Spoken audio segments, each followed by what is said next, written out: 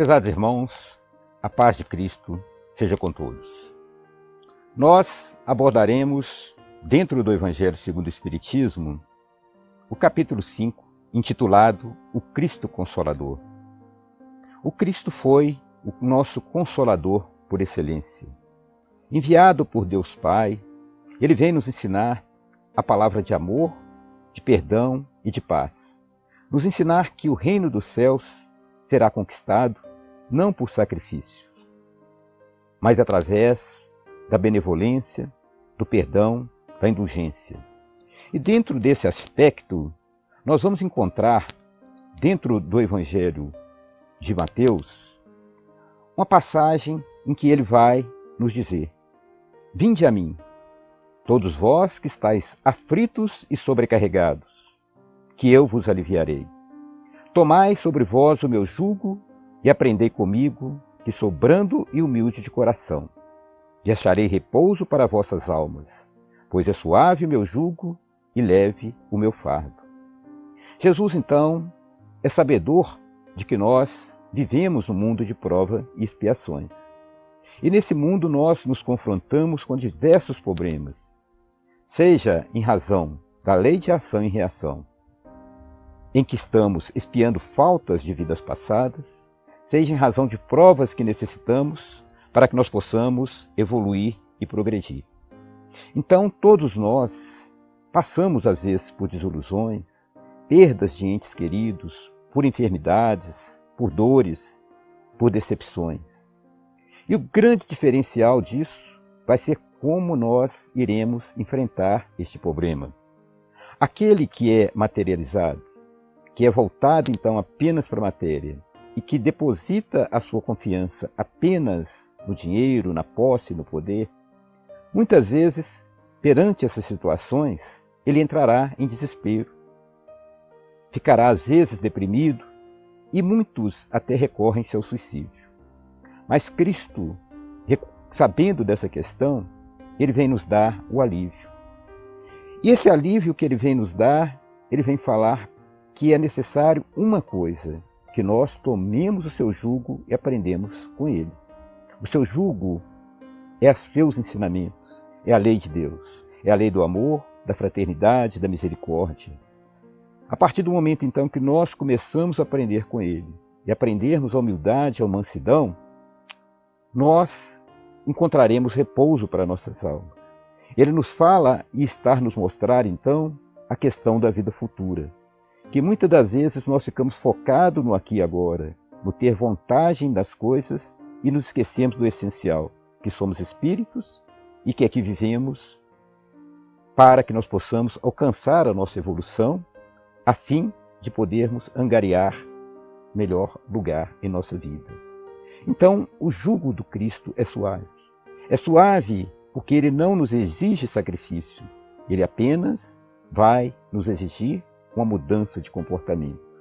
E Jesus, então, como Consolador, no momento em que ele, então, está de partida, que ele, então, sabia que ia desencarnar, voltar para o Pai, para o plano espiritual, ele vai nos prometer outro Consolador. Lá no Evangelho de João 14, ele fala: Se me amais, guardai os meus mandamentos. E eu rogarei a meu Pai, e ele vos enviará outro Consolador, a fim de que fique eternamente convosco. O Espírito de verdade, que o mundo não pode receber porque o não vê e absolutamente o não conhece. Mas quanto a vós, conhecê-lo-eis porque ficará convosco e estará em vós. Porém, o Consolador, que é o Espírito Santo, que meu Pai enviará em meu nome, vos ensinará todas as coisas e vos fará recordar tudo o que vos tenho dito. Então, ele, sendo o Consolador, indo embora, ele não nos deixa desamparados, não nos deixa órfãos. Ele nos promete outro Consolador, que vai ficar eternamente conosco. É o Espírito de verdade.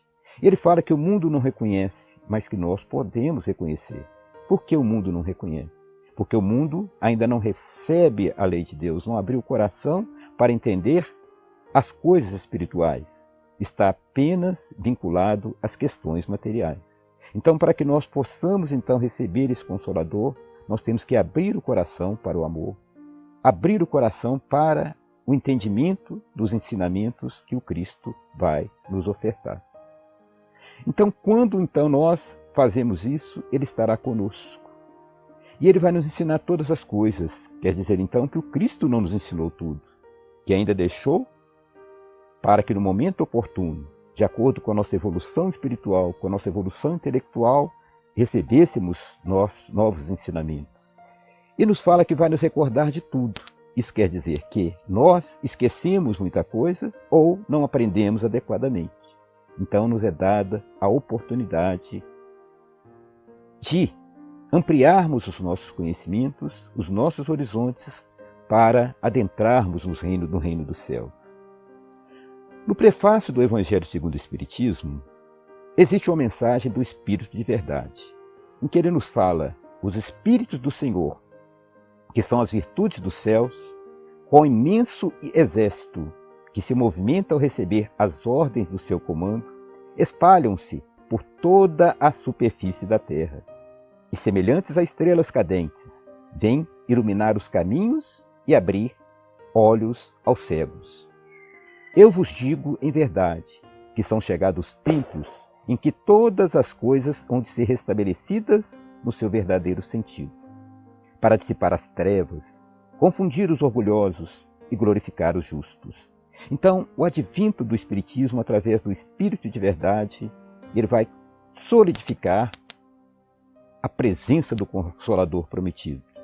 Ela vai se dar, então, naquele momento de transição da Terra, de um mundo de prova e expiação para o mundo regenerado, em que é nos dada, então, essa nova oportunidade de conhecimentos para nos iluminar o nosso caminho e abrir os nossos olhos para a verdade. Chegado esse tempo, então, para que nós possamos deixar as trevas da ignorância e do orgulho e alcançarmos um mundo melhor. E ele continua dizendo que as grandes vozes do céu ressoam como sons de trombetas, e os cânticos dos anjos se lhe associam. Nós os convidamos a vós, homens, para o divino concerto. Tomai da lira, fazei uníssonas vossas vozes, e que, num hino sagrado, elas se estendam e repercutam de um extremo a outro do universo. Então, as grandes vozes do céu, porque o Consolador prometido não vem como um único espírito, vem então como uma pleiade, uma série de espíritos, então, superiores, coordenados pelo Espírito de verdade, que vem então no momento propício por Jesus, esses Espíritos Santos, para nos trazer então essa mensagem de paz, esse ensinamento, para que nós possamos então mudar a nossa vida e aproveitar este momento de transição em que nós atravessamos o nosso planeta. E ele encerra dizendo que, homens, irmãos a quem amamos, aqui estamos junto de vós, amai-vos também uns aos outros, e dizei do fundo do coração, fazendo as vontades do Pai que está no céu, Senhor, Senhor, e poderei entrar no reino dos céus. Então ele vem nos mostrar que nós entrarmos no reino do céu, ou seja, angariarmos a paz, a felicidade interior, ela não vai se dar através de sacrifício, através de dogmas, através do culto exterior, mas ela vai se dar através da nossa mudança externa, quando do fundo do coração nós fizermos a vontade de Deus, amarmos os nossos semelhantes, perdoarmos as ofensas, formos então mais tolerantes, e aí então nós alcançaremos essa paz. Pois bem, a autoridade então da doutrina espírita, que nos vem através do Consolador prometido, ela vem através da universalidade dos espíritos. Aí resiste, então, toda a força do espiritismo e a sua causa da rápida propagação. Ou seja, ela não baseia, então, num conhecimento de um único espírito, mas de uma série de espíritos superiores enviados por Cristo e coordenados pelo Espírito de verdade, que vai, então, nos trazer a revelação, nos ensinando aquilo que irá complementar o Evangelho do Cristo e nos ajudando a interpretar os seus sábios ensinamentos.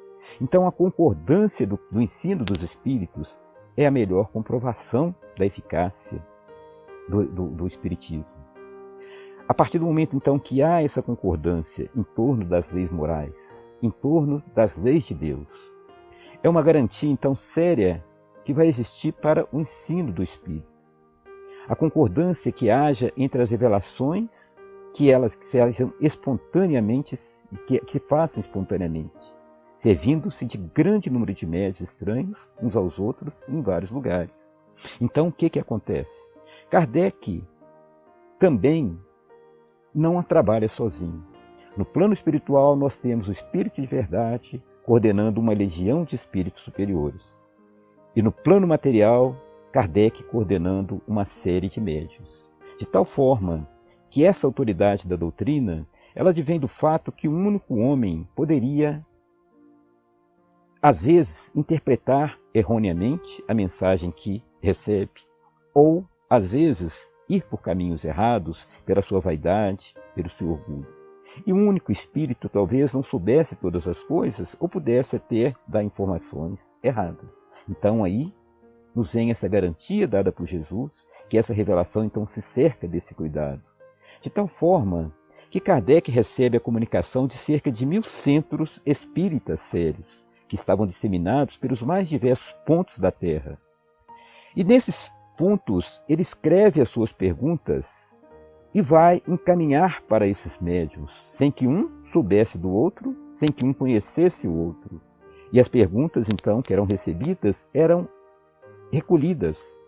E as mesmas perguntas, então, ele avaliava se tinha a resposta igual ou semelhante, embora dadas de pontos diversos do planeta. E aí ele faria, então, essa concordância, estabeleceria, então, a lógica. E quando ele via que a pergunta, então, carecia de um melhor entendimento, ou que não havia concordância, ou que aquilo não estava muito sério, ele então fazia novas perguntas e remetia novamente para esses médios. Então, através desse trabalho metódico, desse trabalho sério, desse trabalho então profundo, é que vem nos dar a revelação. Quis Deus então que a sua lei se assentasse numa base inamovível, e por isso ele não lhe deu por fundamento a cabeça frágil de um só homem, mas ele fez, através de vários médios, através de vários espíritos, empregou um dos discípulos de Jesus, que é Kardec, para coordenar este trabalho de forma científica. E aí nós vamos encontrar o Espiritismo como sendo a chave para o entendimento do Evangelho. Porque Jesus, ao nos dar o ensinamento, ele às vezes nos falava por parábolas. E determinadas vezes o discípulo se pergunta: por que você fala, o Senhor fala para eles por parábolas?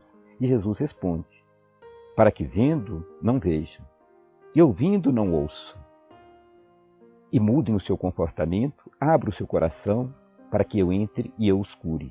O que Jesus queria dizer? Aquele povo ainda estava aferrado na fé exterior, no culto exterior, estava aferrado nos dogmas. Discutiam a todo momento com ele a questão dos discípulos lavarem a mão, a questão do jejum, a questão do que deveria ou não comer, lavar a mão antes das refeições, a questão de cumprir a lei a ponto de apedrejar aquele que estava em erro, indo contra a lei do amor, a questão da oferta que davam com grande estardalhaço. E Jesus queria mostrar que o reino dos céus não se dava através do culto exterior. Ele falava: misericórdia quero e não sacrifício. E aquele mensagem de amor, de paz, de perdão, de indulgência que ele passava, não entrava no coração daquelas pessoas, porque eles então estavam cegos, estavam surdos, e por consequente não abriam o coração para a mudança espiritual.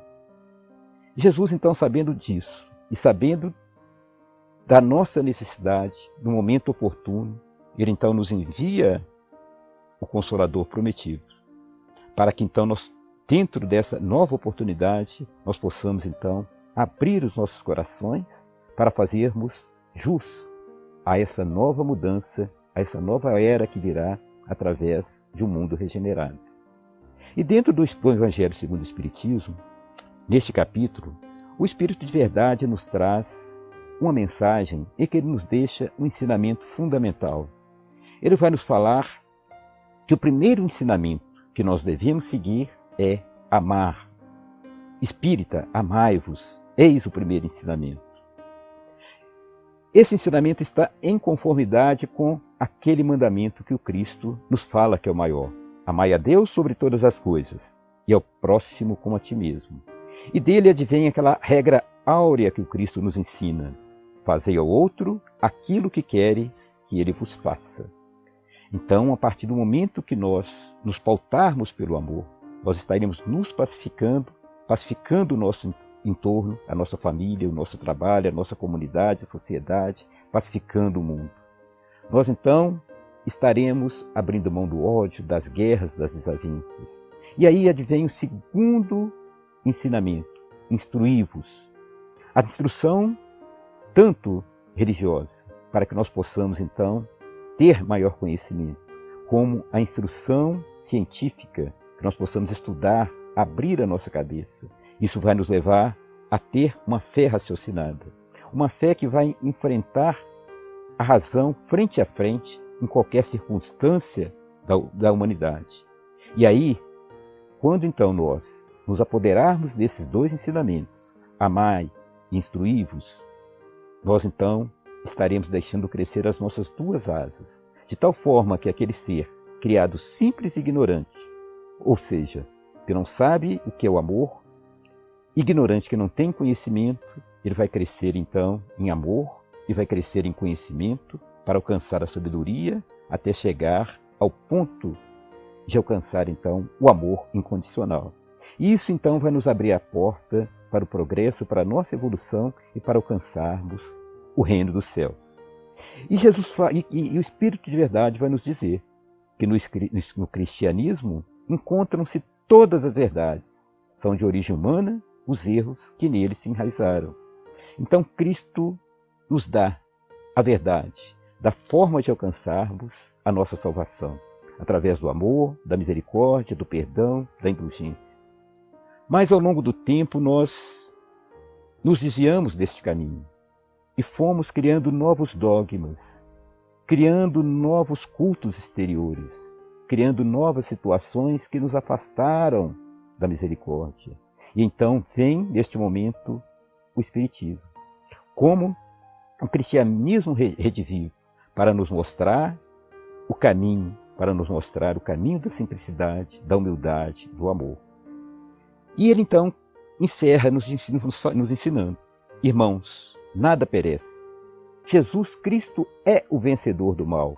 Sede os vencedores da impiedade, da maldade. Então nós temos que vencer essa impiedade que ainda habita dentro de nós, no nosso coração, e a partir do momento que nós fizermos isso, nós, angariando então essa força, estaremos espargindo essa paz no nosso meio em que vivemos, ao nosso redor, de tal forma que nós colaboraremos para esta mudança de mentalidade nesse mundo em que vivemos. Então, dentro disso, nós agradecemos a Deus por esta oportunidade e pedimos a misericórdia do Cristo para que nós possamos abrir o coração para recebermos a Tua mensagem, para que nós, abrindo o coração, o ouvido, os olhos, nós possamos então deixar que a Sua mensagem entre dentro de nós e que Ele possa nos curar e nós mudarmos de procedimento e termos o discernimento para nos procedermos de forma adequada e no futuro angariarmos um mundo regenerado. Que Cristo nos abençoe. Muita paz a todos.